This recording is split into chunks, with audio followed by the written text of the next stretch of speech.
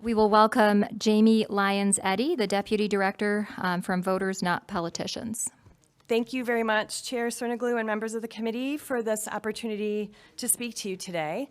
I'm here on behalf of Voters Not Politicians and the 8,000 people who have volunteered with us all over the state of Michigan to speak on behalf, or to speak in support of House Bills 4127 and 4128.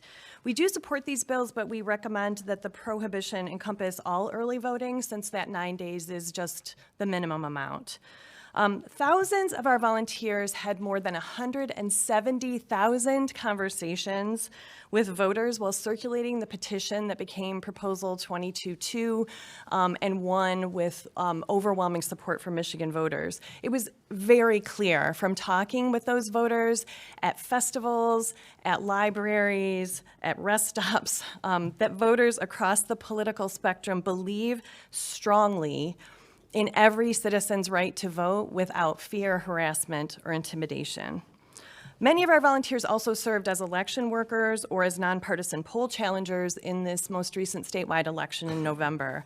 They shared heartwarming stories of new voters coming to the polls for the first time, including one young woman who came to the polls with her mother and discovered that she had been automatically registered when she got her driver's license and could cast her first ballot that day.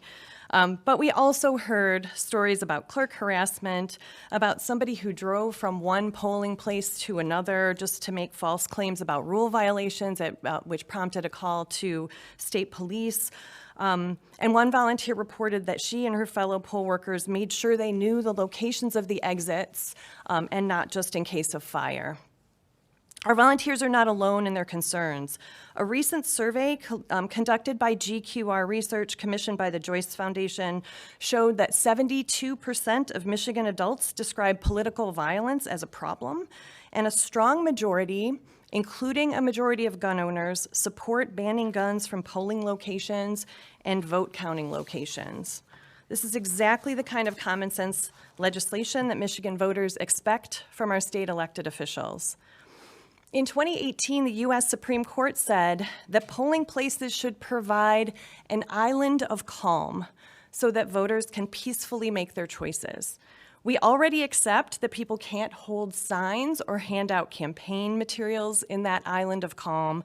Of course, it makes perfect sense that weapons don't belong there either.